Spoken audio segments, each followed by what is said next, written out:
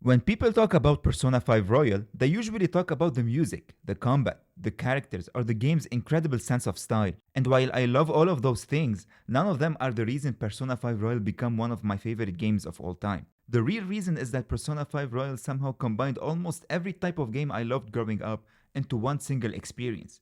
To explain that, I need to go back a little bit. Long before I ever touched a Persona title, I was deeply interested in two types of games. Growing up, I absolutely loved The Sims. I remember having multiple playthroughs of The Sims busting out and enjoying every minute of it. I don't know why, but there was always something fascinating about living another life. Going to work, cooking food, building relationships, decorating a house. These are all things that sound mundane in real life, yet somehow become incredibly engaging in a video game. I also really enjoyed the relationship aspect of the game, where you build friendships and even romantic relationships. And because I loved The Sims so much, I ended up playing every life simulation game I could get my hands on. The problem was that back then, I wasn't really connected to the internet. Most of the games I played were simply games I happened to find in a shop. Some of them were great, some of them were not so great. One of the games I spent way too much time playing was Brooktown High on the PSP. Looking back, the game was absolutely terrible. It was pure trash. The premise was simple. You controlled a student, attended classes, met people, built relationships, and tried to balance your daily life before the game's relatively short story comes to an end. Depending on the choice you made, whether you attended enough classes or said the right things to the girl you wanted to date, you would get different endings. Objectively speaking, it wasn't a very good game, but because it let me attend classes, build relationships, and experience a virtual school life, it was enough for me to sink countless hours into it. While I loved life simulation games, I was also a massive RPG fan. I played a ton of Pokemon growing up. I loved collecting creatures, building a balanced team, leveling them up, and gradually becoming stronger. Then there were games like Final Fantasy VII, which introduced me to larger stories and showed me how emotional RPGs can be. But there is one game that sat right in the middle, and that game was Bully. And man, what a game Bully was. Looking back, Bully was probably the closest thing I had to Persona before I even knew Persona existed. You attended classes, built relationships, explored a school environment, and balanced your daily activities. At the same time, there were missions, progression systems, and a larger narrative pushing everything forward. Without even realizing it, Bully was introducing me to a formula that I would eventually fall in love with years later. Honestly, if someone asked me to describe Bully today, I would probably call it the Western version of Persona. The funny thing is that despite loving JRPGs, I completely missed Persona. I never played Persona 3. I heard about Persona 4, especially during the Vita era, but I didn't own one at the time. The series simply wasn't on my radar. Then, years later, during the age of YouTube, I kept hearing content creators recommend Persona 5 Royal. So eventually, I gave it a shot. I went in with almost no expectations and very little knowledge of the series. And what I have discovered was a game that somehow combined every element I had loved throughout my entire gaming life into one single experience. Persona 5 Royal is not just an RPG, and it is not just a life simulator either. It is both at the same time. During the day, you attend classes, study for exams, work part-time jobs, spend time with friends, build relationships, and maybe even go on dates. At night, you infiltrate palaces, fight shadows, collect personas, and eventually save people. What makes Persona special is that it treats both sides of the experience as equally important. Most games would treat the social elements as side content perhaps, something you do occasionally between the real gameplay. Persona doesn't do that. The social side is the gameplay. Spending time with friends is not a distraction from progression. It is progression. And that's where one of my favorite systems in the entire game comes into play. The confidant system. In most RPGs, relationships are simply stories that help flesh out characters and make them more interesting. In Persona, relationships do that while also providing meaningful gameplay benefits. Without spoiling too much, I would say that certain characters give you much better benefits than others. But with that said, I absolutely love the fact that the game constantly rewards for the bonds that you create with your friends. Another thing that stood out to me was just how immersive the entire experience felt. For over 100 hours, I genuinely felt like I was living a second life. Every day presents a choice. Should you study? Should you spend time with friends? Or maybe you should visit a palace? At first, these decisions can feel overwhelming, but eventually they become addictive. One more day turns into one more week, one more palace, one more confident rank. And before you know it, you've spent over 100 hours in this world. At some point, it stops feeling like you're controlling a character. It starts feeling like you're living alongside them.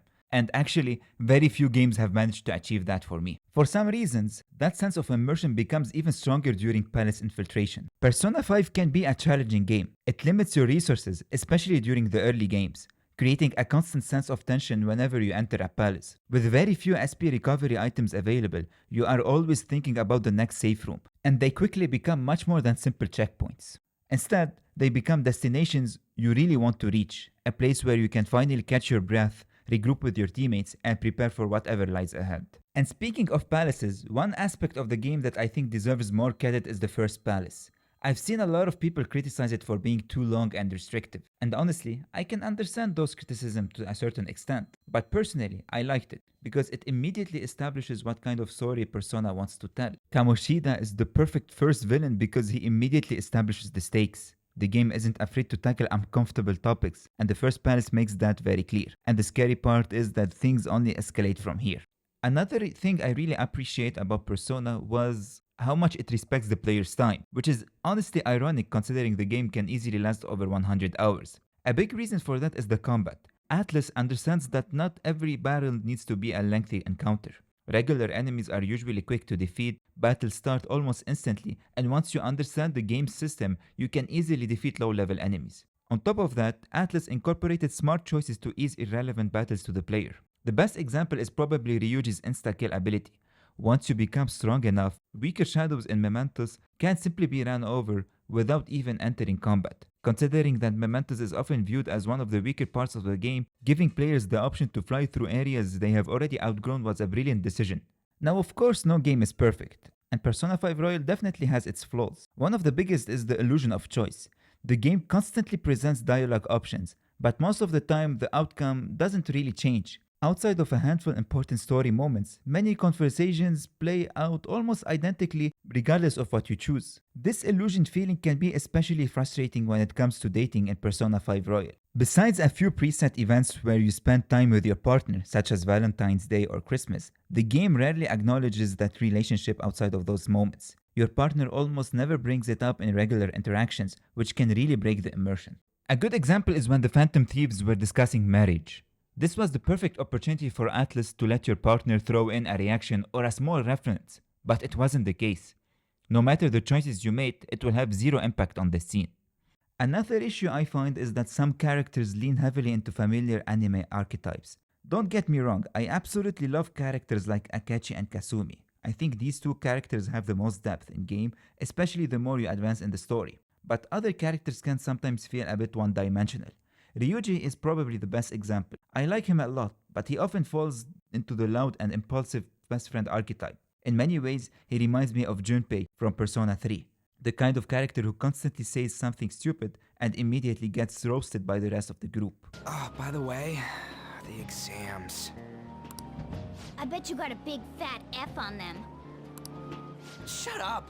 We don't know that yet. Finally, there is the issue of replayability. Persona 5 Royal is an incredibly long game. We're talking well over 100 hours. And because the story is fairly linear, replaying the entire experience can feel difficult and even a little exhausting. In fact, while writing the script, I seriously considered replaying Persona 5 Royal, but I think I'd rather watch someone else experience it for the first time and enjoy the journey through their eyes instead. Yet despite all of these criticisms, none of them were enough to stop me from becoming completely obsessed with the game. And I really do mean obsessed.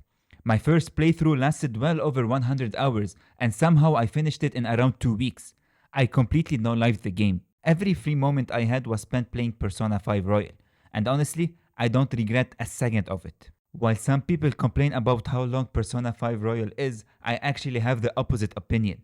I wanted more. One of the worst cases of post-game depression I've ever experienced came from Persona 5 Royal, and I think that says everything. Few games have managed to pull me into their world the way Persona 5 Royal did, and even years later, it remains one of my favorite gaming experiences of all time. And yeah, that's it for today's video. If you enjoyed the content, hit the like button, and if not, don't hesitate to hit the dislike. If you'd like to see more content like this one, please consider subscribing to the channel. Thanks for watching, and I'll catch you in the next one. And oh, I forgot to mention, I am Team Kasumi for life.